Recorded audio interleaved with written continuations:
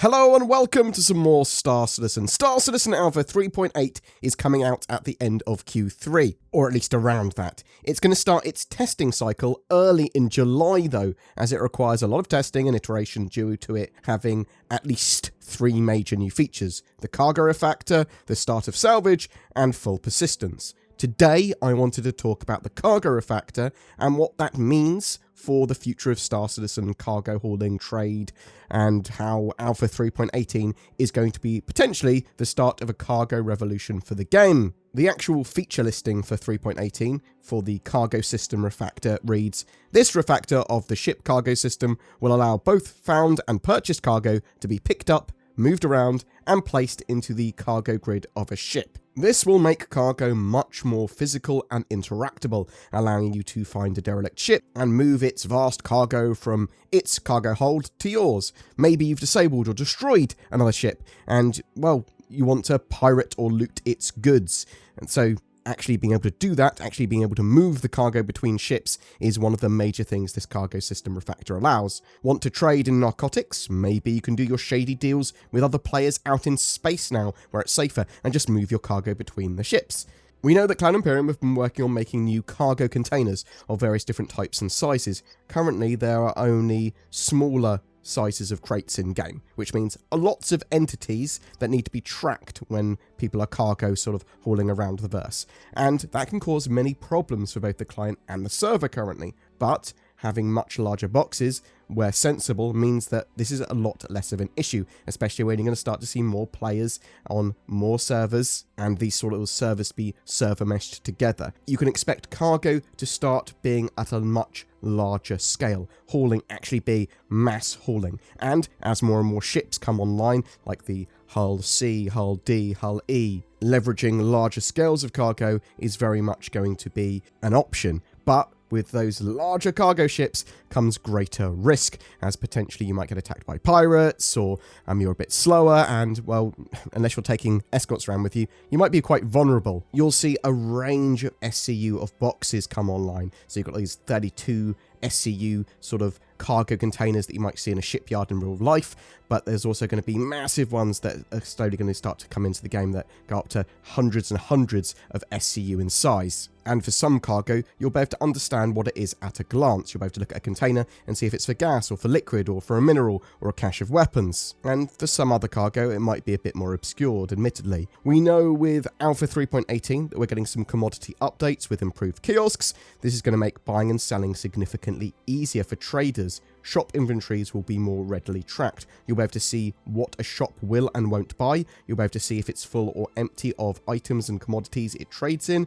And we should see some more tweaks to buying and selling beyond this, just making the whole process easier and more refined. New commodities will be a thing at some point. We'll probably see that just in patches as and when they're completed. So you can expect the items will be more readily able to be stored in containers, grabbed out, so you can use them immediately. They'll be able to be sold and detected readily by the ship's cargo grid as well in a sort of commodity-styled crate, so you'll be able to start selling weapons or large amounts of armor at scale to shops, and you should be able to also see different types of commodity like electronics and food and ship parts and all those types of component, and actually be able to store them in a sensible way, and they'll be physicalized where possible, or at least where sensible. And some of these goods are going to be used in various manufacturing processes. We know that there's going to be new cargo missions, and current missions will be updated for the new cargo system. So cargo decks on stations are supposed to be hubs for trade, commerce, cargo missions, cargo items, and all sort of a one-stop shop for all your needs for the cargo gameplay. You can expect these to be places to get hauling missions. And my assumption of cargo and hauling mission evolution is that there will be requests for, we need lots of X community at Port Olisar, sort of broadcast occasionally. So that amount could be more than lots of sort of Hull E's could bring in. So they could need a huge amount. But you'll get rewards and money for participating and just bringing some. It will just be, we need as much of this as possible. We need like several million of this. Anyone can bring some of it and you'll get rewards, and there's extra money to be made here. But I also expect a evolution of the sort of current small scale single box delivery missions, and it's likely you'll have, please bring this cargo to this area. So they'll be like, bring X cargo, maybe you put a deposit down for the cargo so you don't steal it, and you bring it to over here. I suspect players will often have contracts out for, please bring these things, so my ship and my stuff, from here to here. Because if you're going to be running an org or you've got loads of ships, you're probably going to want to move them around a lot of the time, and sometimes you want to do that remotely. A robust contract system will support trade and cargo gameplay a lot. You can expect cargo missions to have varying sort of levels of difficulty, maybe taking you through dangerous space or dropping something off near a pirate station, but maybe it's still a lawful one. Maybe you're doing some cargo missions where you're actually bait for pirates. And getting these sort of missions will be based on your reputation with appropriate factions and mission givers, with greater risk and reward being there and more valuable cargoes and better payoffs if you have a high enough reputation and you do your missions well. We know ships like the Raft are awaiting the cargo refactor to be able to like drop off its cargo containers as well. So the functionality of a lot of these cargo containers is awaiting that refactor. We know that loading and unloading will eventually be a thing as well. So times and costs associated with loading and unloading your cargo at landing zones. This is going to change the way cargo gameplay is valued and where haulers go and what they haul and where they haul it. It's big because it really changes the economy and what is a sort of a valuable and what isn't to actually haul. Because if it's going to take you a huge amount of time to unload a load of metal or whatever, well, maybe you just want to transfer a smaller amount of more expensive, more valuable goods. Some landing zones will have better facilities for loading, but may cost more for using those services. Players are potentially going to be able to load and unload their cargo themselves as well, though I wouldn't expect anything too in-depth for Alpha 3.18 for loading and unloading, but you might see something basic. That said, Cloud Imperium are also working on tractor beams for ships, and obviously we're going to need tractor beams, ship-based ones, facility-based ones, hand-based ones, for moving cargo and crates between ships and unloading them, loading them. Cloud Imperium recently said, once we get persistent hangars and the updated cargo system working, we'd like to give players various ways to load and unload their landed and docked ships. This could be via things like handheld tractor beams and vehicles like the Mule, SRV and MPUV. Another major thing that's going to affect cargo, and that cargo will also affect, is the dynamic universe sim. This drives encounters, missions, NPCs, and the economy based on what's happening in the game, how players are reacting, clearing missions, what they're trading, what's getting destroyed, what's the economy doing. If a new rich sort of mining field is discovered on a planet, and that will then be sort of like broadcast to NPCs, they'll go, well, we know it's here eventually, and then miners will start coming, and then pirates will come to attack those miners, security will respond to that, and the economy will react to the needs of what is happening there. Is there lots of fuel being expended? Is lots of repairs needing to be done? How much of that new ore is getting delivered? Is it crashing the market because there's too much of this ore now? Or is it allowing for lots of different manufactured goods to then be produced? This will then have knock-on effects to the price of other goods and sort of manufactured components. Currently, the cost of repair and fuel is tied to the system, but you'll start to see cargo prices controlled by this in the near future too. This will allow you to make fantastic profits for identifying when to buy and sell and to where, and will sometimes make losses. There will be a level of crafting and manufacture in Star Citizen, so some of those sort of cargo commodities that you've been trading, they'll be used by sort of like factory nodes to build components for ships and ships themselves, things like that. Now, it's an important driving force for the value of a given commodity and sort of how the game is able to stock shops. There's actually quite a lot of information to dredge through with that, so I'll be looking at crafting, manufacture, base building and the economy in a dedicated video as well in the future. Alpha 3.18 also has something else quite major that will aid cargo gameplay and is sort of essential for, I suppose, and that's full persistence. This should make the fear of crashes and disconnecting less problematic, as things like the replication layer and more network updates come online as well.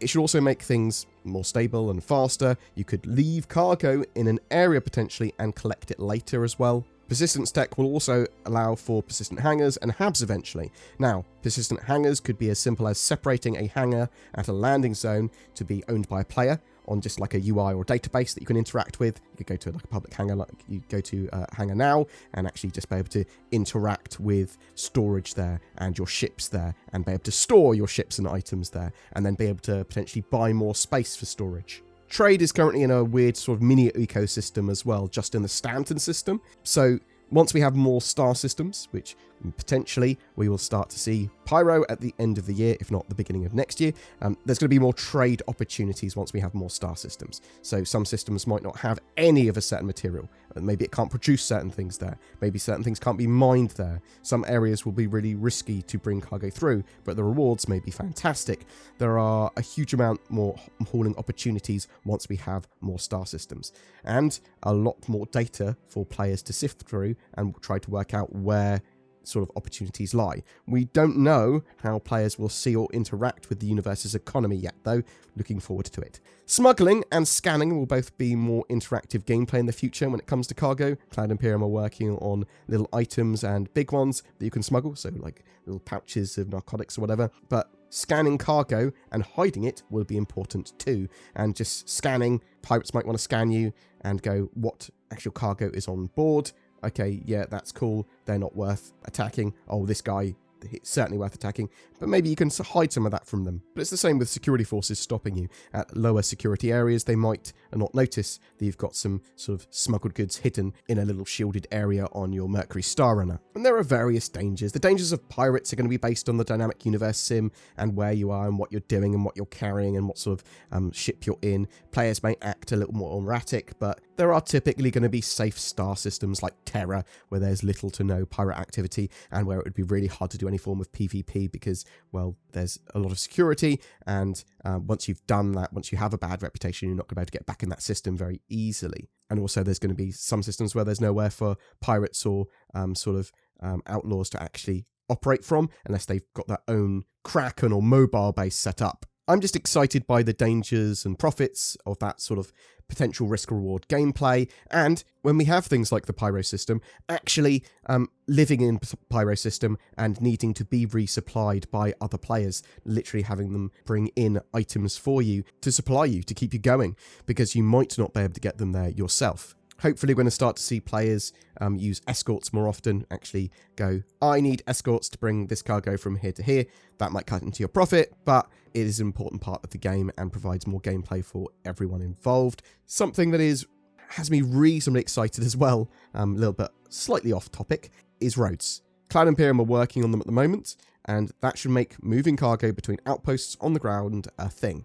I would expect there to be some situations where travelling on the ground might be safer or cheaper than using your ship potentially, and maybe there's sort of environmental hazards, so you can't actually use a ship, and maybe there's sort of defences or something that you can only get through if you driving. Also, you might be able to hire NPCs to haul goods for you between bases or something like that in the future. Maybe you just want to move some goods that you've mined to a little refining facility that you've got on a planet, so base building, all that sort of stuff is pretty exciting for me there. It's a bit of theory crafting, to be sure, but there needs to be reasons to use these ground vehicles.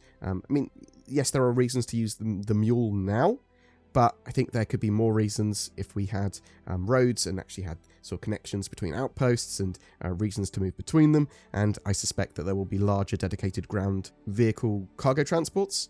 But that said, the Mule works very well now as a ground-to-ship vehicle. You can expect that ships and vehicles will get their sort of cargo boxes and containers shored up for 3.18 as well. So storable boxes, for example, on the Aurora, they're supposed to be working properly. So yeah, I'm looking forward to all the gameplay and more coming together. Alpha 3.18 brings some of this gameplay and is a major milestone in Star Citizen's development. And it should iron out some of those bugs and get gameplay for cargo hauling in a pretty good place even now, or at least a better place than where it was. And promises a lot more for the future. There's a lot more that needs to be done beyond that though.